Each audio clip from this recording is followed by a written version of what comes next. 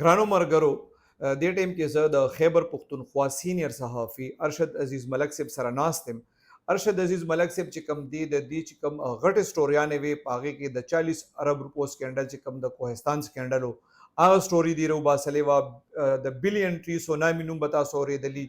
غټ غټ سیاسي جلسو کې چې کوم یادېږي ملم جبا سکینډل، هغه سټوري هم دی راایستې وه. د بي آر ټي حوالې سره د دې ډېره غټه سټوري وه. دې سره به خبرې کوو د لکه ډیره مننه کیسر صاحب چې تاسو چې کوم دی نن موقع راکړه. اکچولی خو داسې دی چې زما تقریبا 1000 نه زیات سټوریانې دي او چې صوبه کې څومره سکینډلې دي، که هلیکاپټر سکینډل وګورئ د عمران خان صاحب حوالې سره، او داسې صوبه کې څومره سکینډل دي ټول زما دي. او دې حوالې سره زما کتاب هم راغلی دی او زما یوټیوب چینل دی. زما ډیلی چې کوم دی یوټیوب چینل باندې زما ویلاګ هم راځي. نوم والے سر تاسو خپل ارشد چینل عزیز ملک په نوم چې کوم دی زما یوټیوب چینل دی. پکار دا چې کوم دا زمونږ خلک دي چې هغوی دی فالو کړي زما دا چینل.